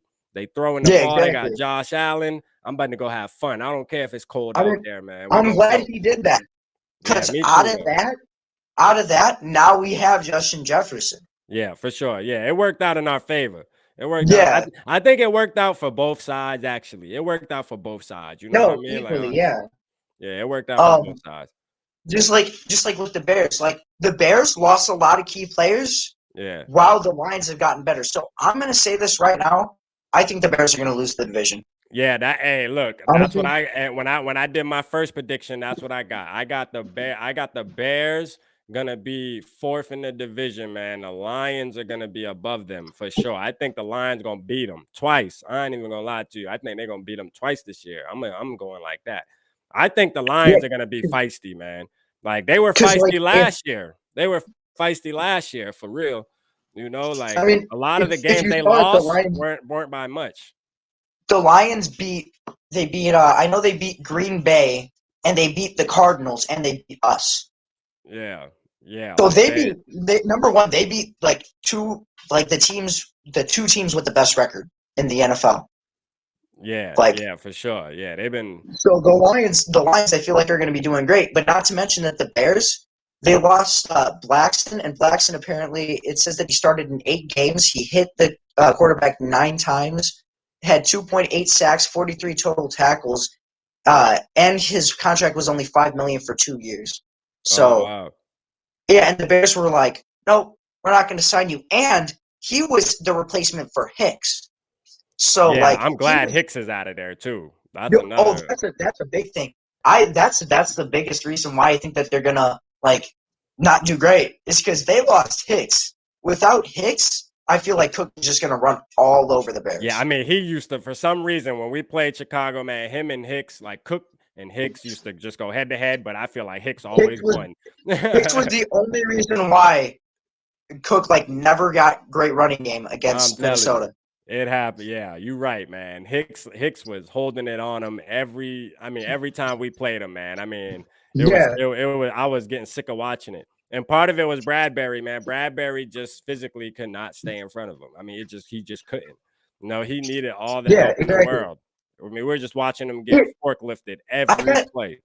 I get so mad at Bradbury because like you can even look at the, like he would get nervous, number one, but like Right. you can look at this one video and it's like this Packers player and it's like it says you go get him, buddy, and it's because you have Bradbury and then this Packers D lineman goes like this or runs at him and he just grabs the Packer D lineman and then just shoves him past him into Kirk Cousins. So he's just like, yeah, sack him. And he like literally pushes him to sack Kirk Cousins. Yeah. Why are you going to have a center like that? Like, I mean, just like with the Packers, their number one receiver is Lazard. Like, they have Lazard, Watkins, and Watson. Watson, I actually think will be dangerous, but as for Watkins and Lazard, I don't think so. I think that they'll just be mid, like honestly. And then the Lions, like they have what I thought was the best edge. I thought that Aiden Hutchinson was the best edge inside the draft, and over Trayvon, over the Walker, Tavon Walker. Yeah. Okay. And they also got Jamison Williams, who would have, if he did not get injured, would have probably been the best receiver last year in college. Yeah, for sure. Yeah, I agree with that. Then they have Swift, who I think Swift is going to have a breakout year. This next year, and then they have offense, so they have a running back. They have two pretty good receivers. They have an edge that'll just come in and just destroy the quarterback. Right. Their problem is going to be quarterback, though. Jared Goff. Definitely. Because I think Jared Goff and the coach Dan Campbell, those two personalities, I don't think they're ever going to. You should have seen my one friend who's a Lions fan. He's an 8th grader. I forgot his name because he rides my bus. His dad is a Lions fan, and he's like, "Oh yeah, about like the draft." He's like, "Oh, I'm looking so forward to this draft." Blah blah. And then you have me, and I'm like, I think Malik Willis is going to be the first quarterback to go. Yeah. And I was shocked when he went 3rd round. The quarterback slid.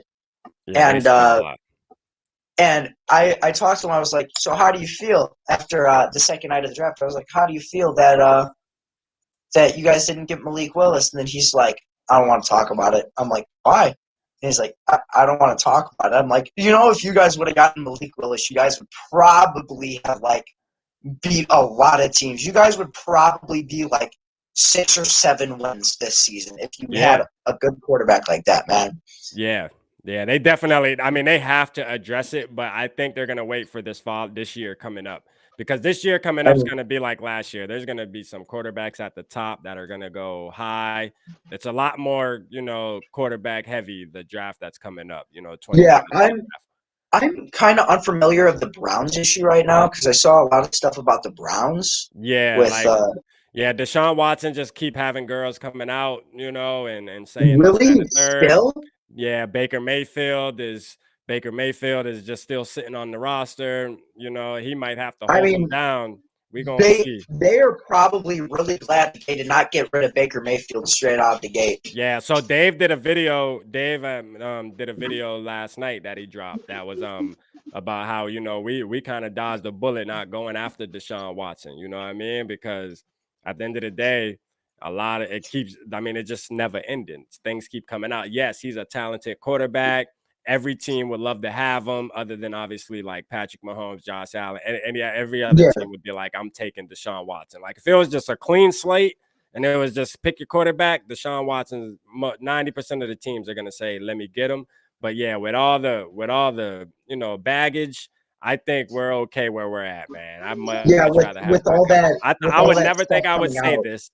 I would never think I would say this, but yes, I'd rather have Kirk Cousins than Deshaun Watson this year, right? Oh, when Kirk Cousins, when we were going to trade for Deshaun Watson, I was like, oh, we shouldn't because, Deshaun is just starting with these legal issues. Yeah. And then I was like, oh, man, the Browns got him. We should have got him. And then now I'm like, okay, I'm glad because Deshaun's probably going to be going to jail. Yeah, So y'all right, I mean, Adam. Adam, you right, boy. We just need to like we bite the bullet dodged and it. sign. Yeah, we need to Yeah, sign. exactly. We need to sign JC Treader for sure. That's a fact. We need If to we get sign Treader, Treader. we hardly have to worry about O-line if we get Treader. Exactly. I mean, he's like signing two people, honestly, like that. He's that good. You know what I mean? Like, you got to think he ranks top 3 every year in PFF and just every stat that you do with a center, he ranks top 3 every time, whether he's either first, second, or third. It's just in every category. I mean, he's just like that, Yeah, you know? It's like, why yeah, and not? you need people blocking for like for Kirk Cousins especially. Like Kirk you need Cousins, people we need blocking full for. coverage. I always say this. We can't do liability. We need full coverage, man. And JC Treader is going to be like State Farm, man. I'm telling you, he going to be you in good hands. Like, he going to make sure Kirk is upright, you know, throwing them dots. He going to make sure he Yeah, upright throwing dots. I'm telling you. My shooting star. yeah. He said it's not going to happen. But she tried to like. He said JC Yeah, Treader. like I mean, a lot of teams are probably like looking at the Vikings right now and being like, they're rising up quickly. Like it's just like the Bengals. Like the Bengals, literally inside a split second, they went from what a 4-16 record this last year to a I forgot what the record is this year. My dogs are about to start going crazy because my brother just pulled inside the driveway.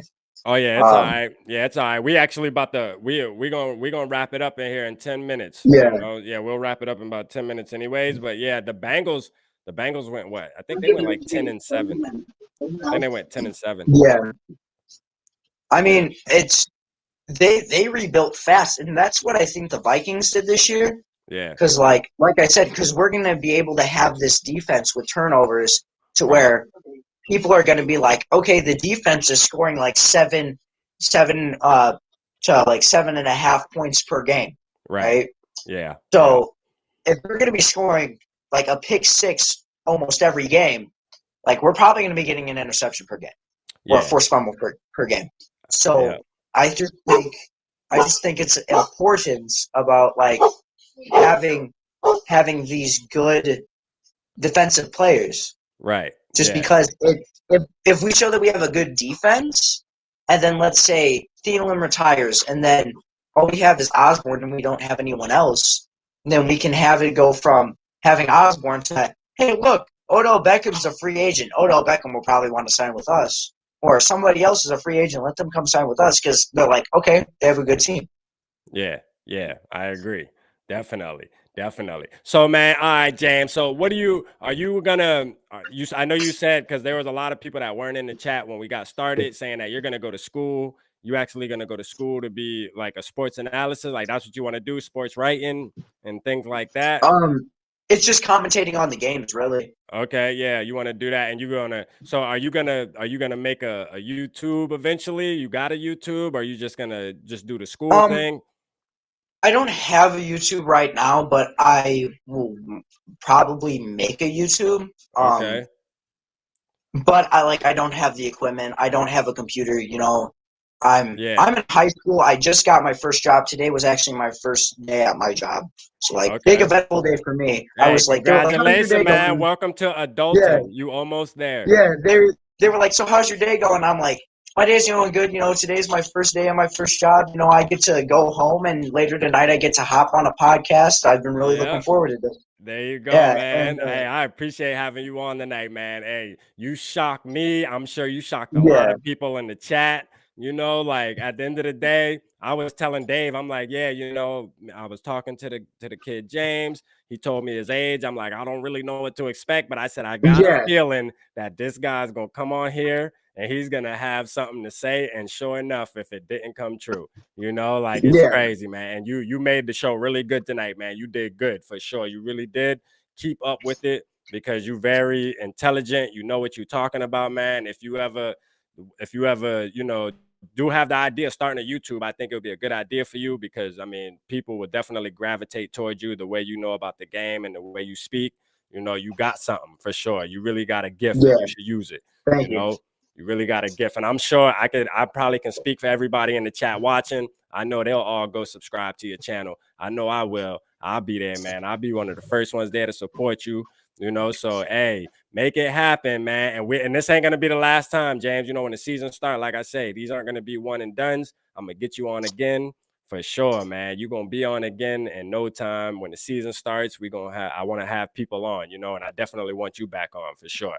You know, I definitely want you back on with me. So, you know, hey, I appreciate you again, man. And we're gonna tap out. We've been on for 2 hours. We had a good show tonight. Hey, stay tapped in with me, James, for sure, man. Stay tapped in with me. Make sure you keep commenting and stuff. And yeah, we'll get you on in the next couple weeks again. And we'll, you know, once the training camp starts and we start getting some more new news, hey, I'll get you on here and we'll talk about it. All right. All right. I appreciate you, man. Peace out. All right. Peace out.